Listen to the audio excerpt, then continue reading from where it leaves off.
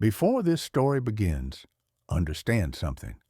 What you're about to hear is not a movie scene, it's not a political speech, and it's not a victory parade.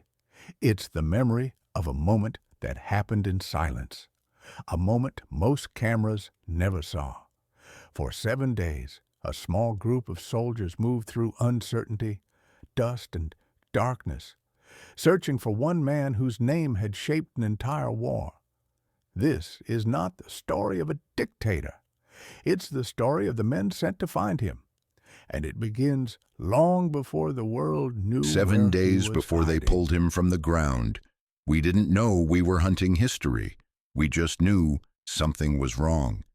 The desert had a way of telling you things without words. The wind felt heavier, the nights quieter than they should be. Even the dogs in the villages stopped barking as much. Silence like that doesn't mean peace. It means people are listening. I was a U.S. Army soldier assigned to a unit operating out of Tikrit. By then, we'd been running patrols for months. Same roads, same palm groves, same half-collapsed buildings that all looked identical once the sun went down. Routine was our armor. Routine was how you survived. And then, 1 week before the capture, routine broke. It started small. A patrol canceled without explanation. A briefing that ran longer than usual. Intelligence officers whispering instead of talking. Maps updated twice in the same day. Coordinates circled, erased, circled again. Nobody said his name. They never did. But everyone felt it. In Iraq, rumors moved faster than vehicles. One interpreter told us an old farmer had suddenly abandoned his land. Another said a family left their home in the middle of the night, leaving food still warm on the table. A third report contradicted both and claimed nothing was happening at all. That was the most worrying one. When intelligence says nothing, it usually means everything. At night, lying on my cot, I replayed the day in my head. The heat, the dust stuck to sweat, the way one of the sergeants stared at the wall during dinner, like he was somewhere else entirely.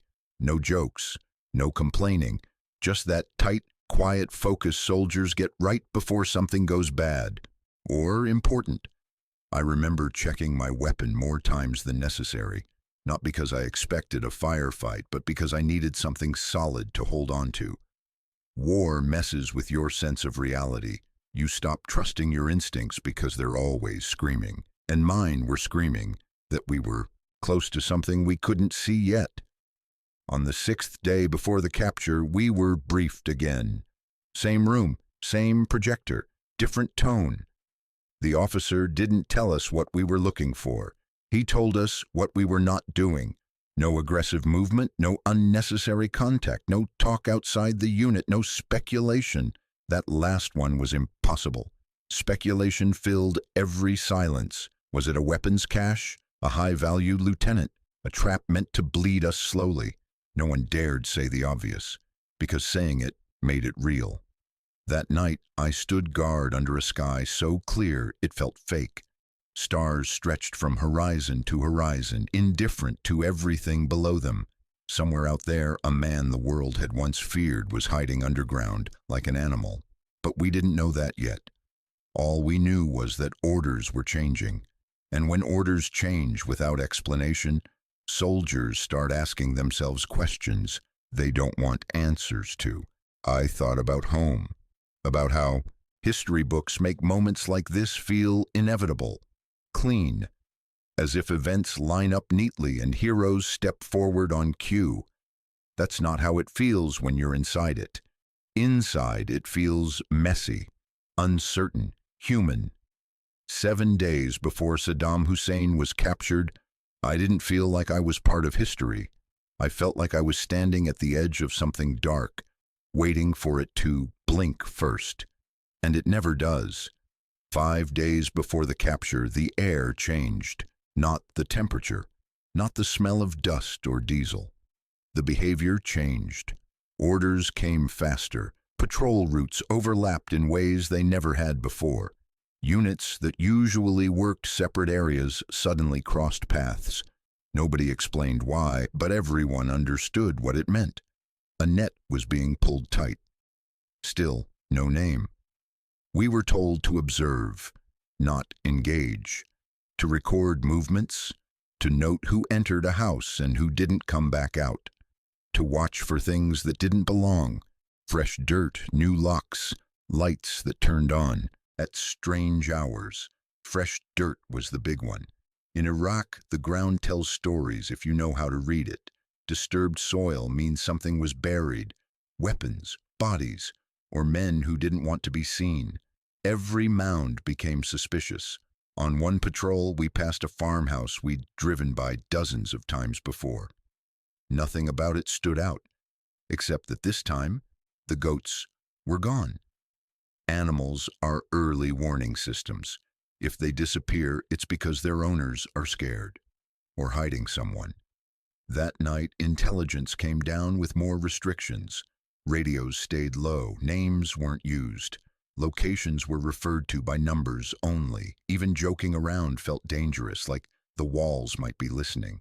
That's when it hit me. Whatever this was, it wasn't just another raid.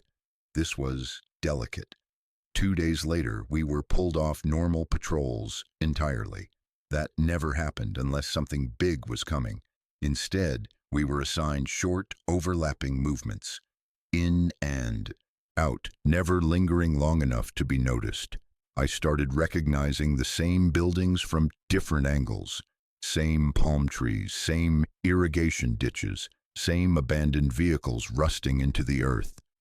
We were circling. On the third night before the capture, sleep stopped coming easily. Every sound snapped me awake. The cough of an engine, footsteps on gravel, a dog barking once, then cutting off abruptly. That last one stuck with me. Dogs don't stop barking unless someone makes them stop. The next morning, an intelligence officer joined our briefing. Civilian clothes, no rank insignia. He didn't smile, didn't introduce himself. He showed us an aerial image, a cluster of buildings, unremarkable, flat roofs, courtyard walls. One location was marked with a small red square.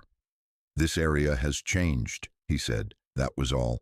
Changed how? No one asked. We didn't need to. Everyone leaned forward instinctively. That square might as well have been glowing. The room felt smaller, hotter. I remember realizing something strange in that moment. I wasn't excited. I was afraid. Not of a firefight, not of dying. Afraid of being there when something the world would talk about forever finally happened. Because history doesn't care if you're ready. Later that day, we ran surveillance from a distance. Long hours, minimal movement. Watching people live their lives under the assumption no one was paying attention. A man came and went at odd hours. Another avoided eye contact completely. One child stared directly at our vehicle longer than a child should. Children know. That night, our squad leader pulled us aside. His voice dropped. "Tomorrow," he said, "things may move fast, or they may not move at all.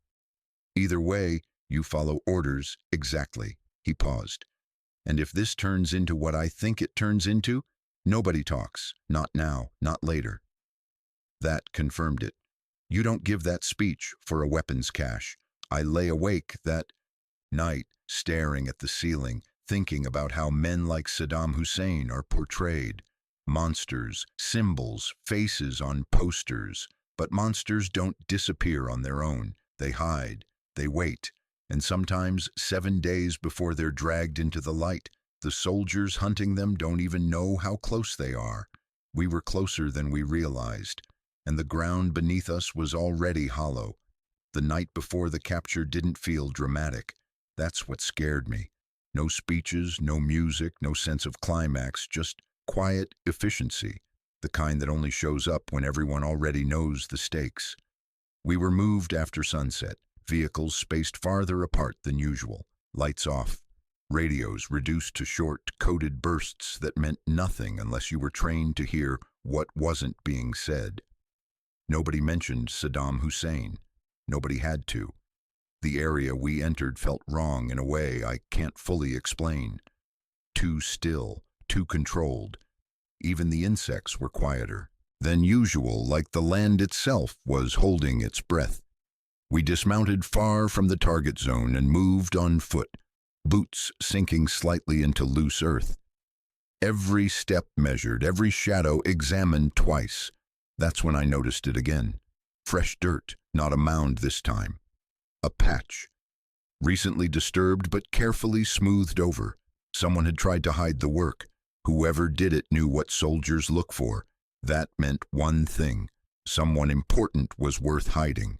Thermal optics swept the area, nothing obvious. No heat signatures clustered where they shouldn't be. No weapons movement, no armed perimeter. Too clean. Clean is dangerous. We held position for hours, knees stiff, muscles burning, eyes dry from refusing to blink too long. Somewhere nearby, a generator kicked on briefly, then shut off. A mistake. At around 200, command came down with the words we'd been waiting for. Stand by. Those 2 words change everything. Adrenaline surged, sharp and cold. Conversations stopped entirely. Hands adjusted gear automatically. Movements practiced so many times they no longer required thought. I remember realizing my breathing was too loud. I slowed it. In that moment, I wasn't thinking about history. I wasn't thinking about Saddam. I was thinking about doorways, corners. What happens if a man decides he doesn't want to be taken alive? Then another transmission. Confirmed. Prepare. No location, no target name. Just confirmed. That was when it hit me fully. Whatever was about to happen, it had already been decided. Somewhere far away, men in clean rooms with screens and maps had reached a conclusion. And now we were the ones who had to walk it into reality. As we shifted positions, I caught sight of something half buried near a wall. A loose piece of plywood, too new, too deliberate. I nudged my teammate and pointed. He nodded once. We didn't touch it, yet. The hours dragged. Time stretched thin, elastic, snapping. Back whenever a sound broke the silence. A cough.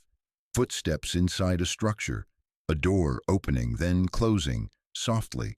Someone was there. Just before dawn, the sky began to lighten. That was the danger zone. Darkness protects movement. Dawn exposes mistakes. We received final instructions in fragments: contain, secure, identify. No mention of resistance. No mention of what we'd do if the person we found wasn't the one we were looking for. But in my gut, I already knew. You don't bring this many eyes, this much silence, this level of control unless you're sure. I checked my watch. 5 minutes. The world felt strangely normal. Somewhere, someone was brewing tea. Somewhere else, a man who once ruled millions was breathing the same air I was, hiding beneath the ground, waiting. And in less than an hour, the word president would disappear from his name forever.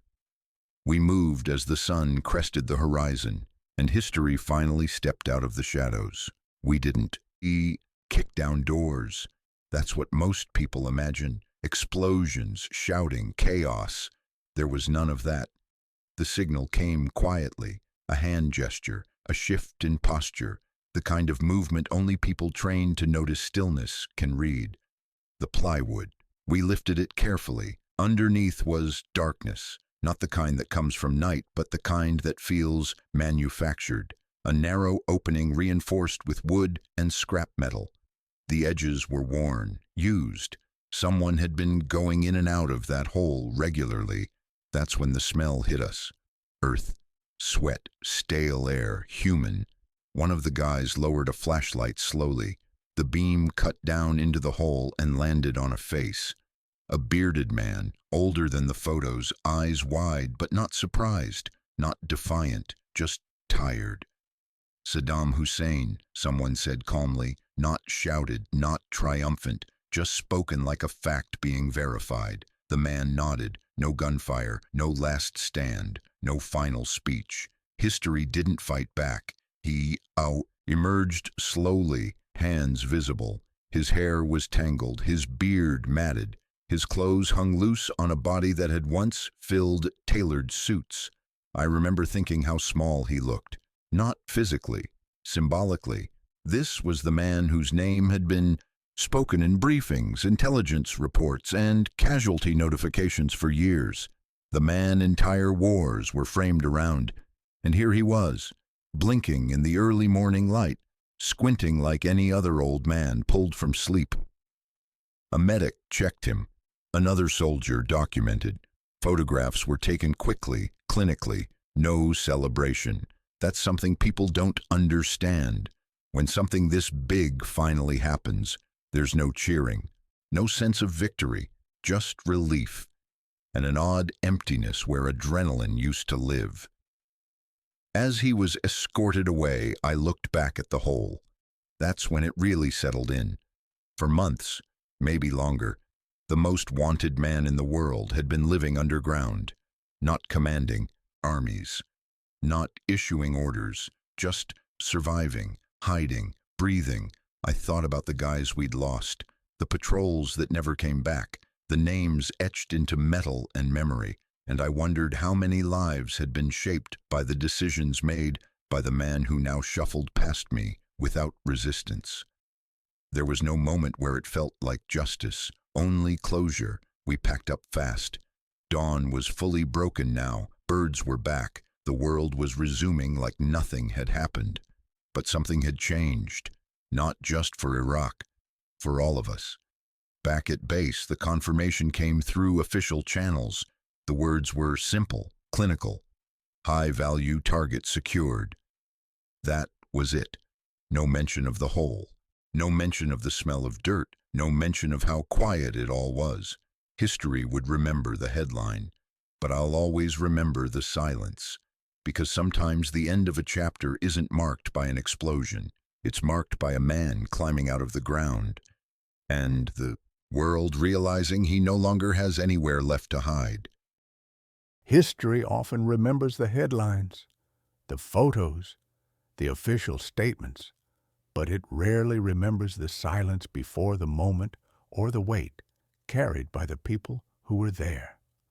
For the men on that mission, there was no celebration, just the understanding that something heavy had finally come to an end.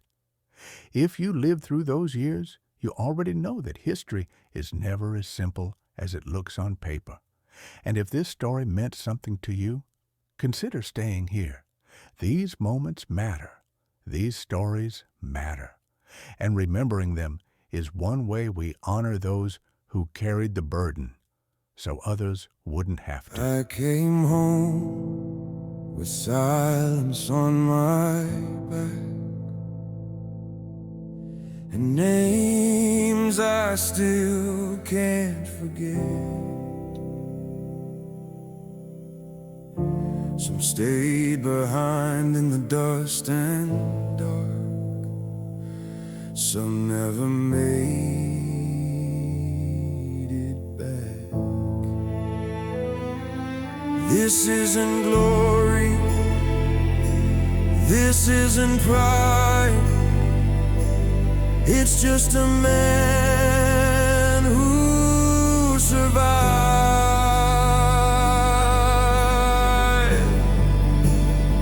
And every breath I take, I remember why. I came home with silence on my back,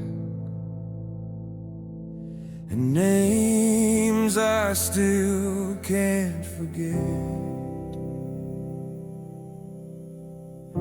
Some stayed behind in the dust and dark,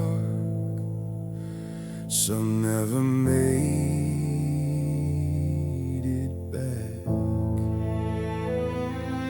This isn't glory, this isn't pride, it's just a man